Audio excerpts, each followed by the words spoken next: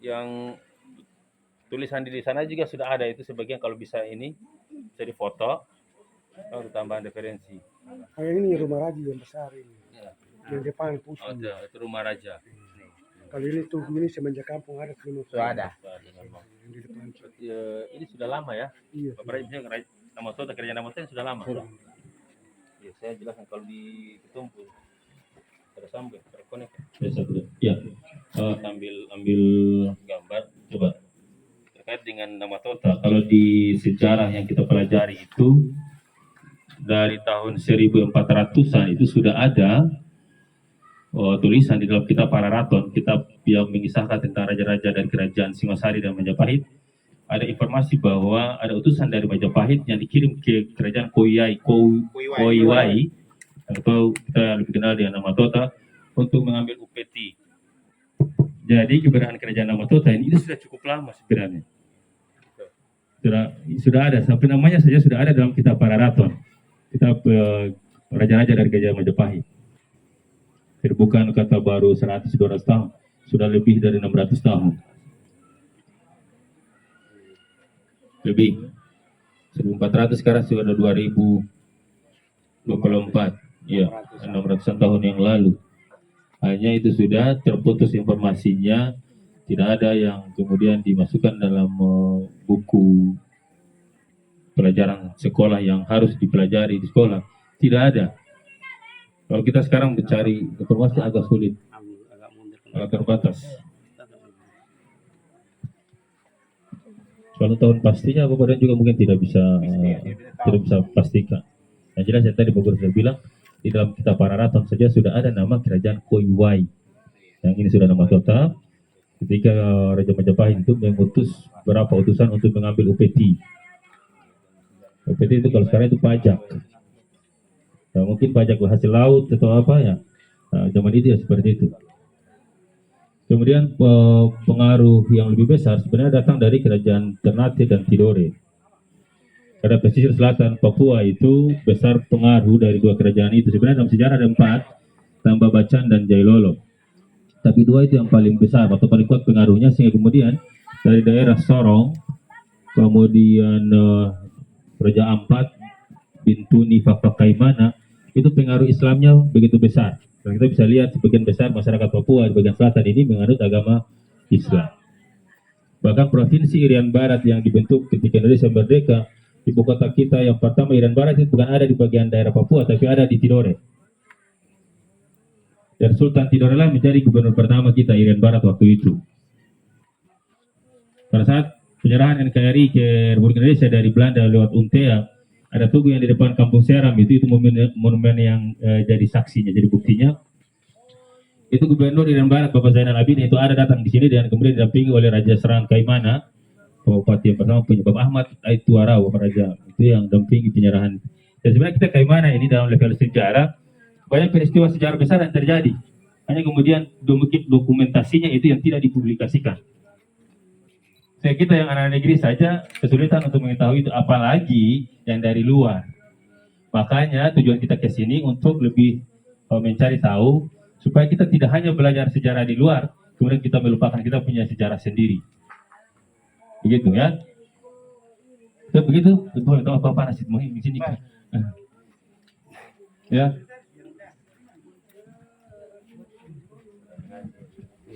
Tidak apa. Bisa.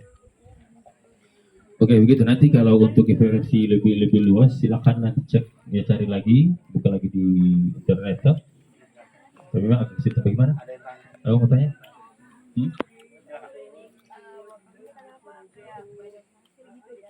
Oh, tanya. Iya banyak. Ya baik. Banyak pasir itu karena setiap hari raya dekat Damar, malam Damar, itu semua orang yang ada di kampung ini harus ambil pasir sedikit demi sedikit menjadi banyak ini. Setiap tahun, bukan 1 tahun, setiap tahun ini pun ada yang angkat pasir ini. Sekarang kan mau tahlil orang tua tanya bilang tahlil, itu harus angkat pasir sedikit pasir banyak. Begitu. Iya, dari panti. Dia pasir bersih baru taruh di syarat. Setelah selesai baca itu kayak Yasin.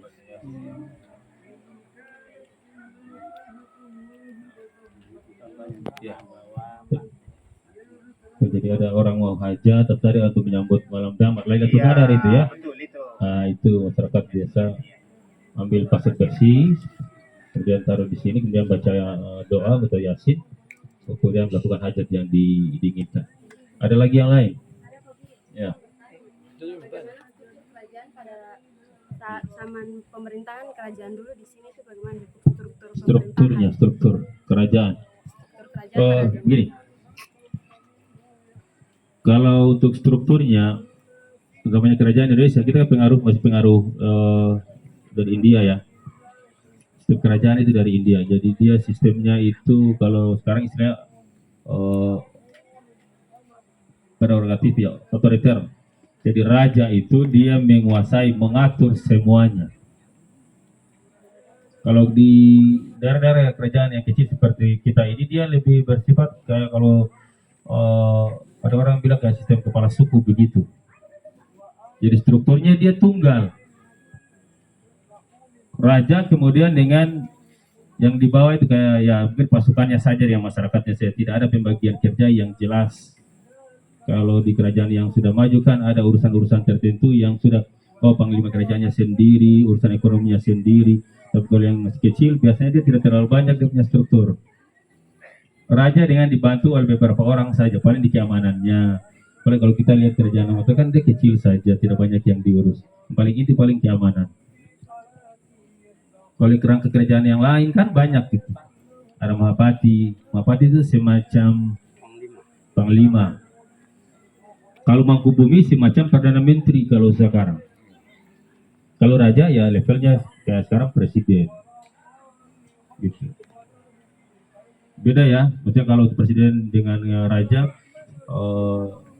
strukturnya beda, prosesnya juga beda. Kalau presiden dipilih, sementara kalau raja turun temurun. Turun temurun tidak ada kita pilih ya tidak. Dari kakek, bapak, anak, cucu begitu. Kalau tidak ada baru mungkin sepupu atau apa begitu. Begitu ya. Ada lagi? Nah, Bapak dong, kalau ada. Ini saya mau kasih tahu cuma dari saya punya tete turun sampai ke bawah. Iya, ke bawah saja. Yang Tidak dari situ ke sana su. Nah, Tidak, iya. Maksudnya mau tahu, mau nama tete sama bapak terus kakak. Raja ini nama raja ini. Bapak raja ini yang pertama itu saya punya tete itu nama Moi Upiai. Setelah Moi Upiai baru Bapak Muhammad Kasim Ombair. Setelah Bapak Muhammad Kasim Ombair selesai, Bapak Hayum Ombair. Selesai Bapak Hayum Ombair selesai, Bapak Randi Asnawi Ombair yang sekarang. Bapak Raja Muda itu. Raja muda yang nama. Kalau yang situ naik saya tidak bisa ya. Itu. Iya.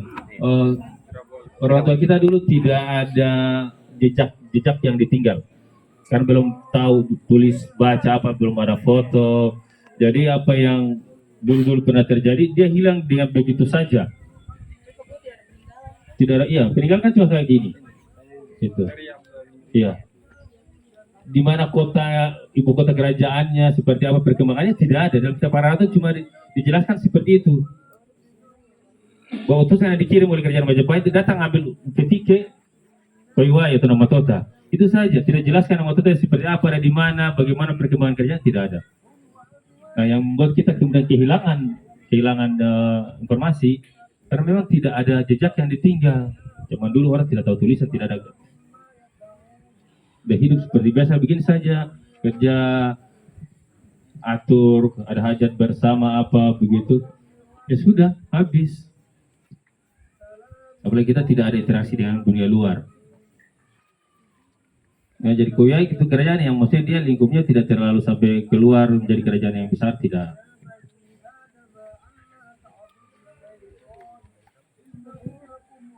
Oke, jadi yang bisa diceritakan ya sebatas sampai di Bapak punya kakek saja itu yang masih bisa diingat atau ditahu. Yang di atasnya putus. Kalau di kerajaan-kerajaan yang sudah maju biasanya ada tulisannya. Kadang orang di Jawa sejak tahun 400 Masehi dia sudah mengenal tulisan. 4 tahun 400 kerajaan Kutai di Kalimantan Timur. Tulisan dibawa oleh orang-orang India. Jadi setiap perkembangan, setiap peristiwa sudah ada catatannya. Dulu ditulisnya dalam prasasti itu, batu-batu tulis itu yang kemudian dipelajari oleh para ahli untuk menjelaskan bahwa oh dulu sempat ada kerajaan ini dan lain sebagainya. So, kalau kita di sini kayak tidak ada.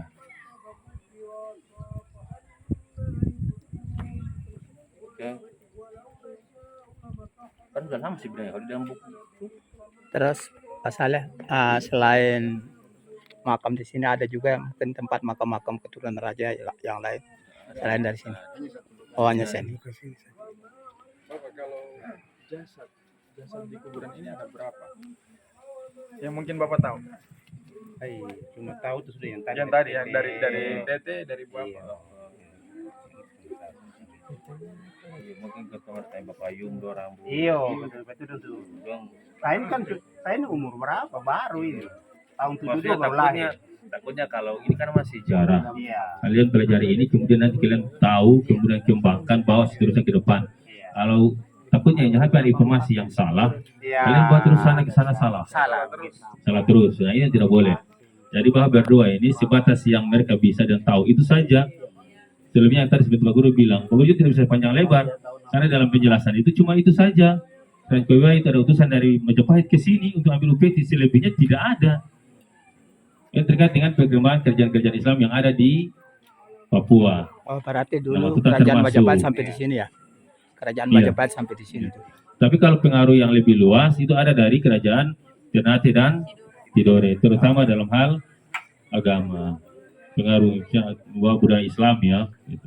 Makanya di bagian selatan banyak penduduk kita orang Papua bagian selatan yang tadi Pak Guru sebut dari Sorong, kemudian Bintuni, Raja Ampat, Fak-Fak, Kaimana banyak yang beragama Islam. Begitu.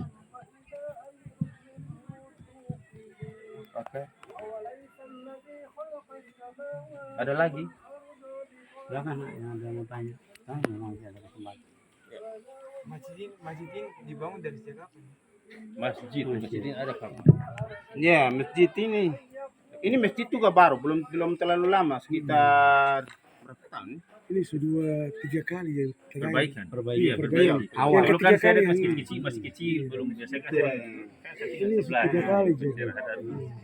Oh, kalau yang awal itu sudah mulai tahun pertama. Iya. Ya, Itu nanti ada lihat itu ada. Oh, Ada di sana. Saya Ada. tahu, saya bisa Nanti dibaca. buka, Nanti coba. Foto Di- barcode itu baru buka baru lihat. apa nama itu ada? Ada di situ ada masjid. ada barcode itu nanti kalau nanti bisa Bisa buka baru lihat itu. saja situ. ada website-nya ada. Ya, barcode itu nanti kalau cari lebih jauh, lebih banyak informasi. Itu Di foto itu nanti buka barcode-nya itu. Ada Bapak Paulus ada yang mau ditambahkan ke Ibu Sukma, Ibu Guru pendamping?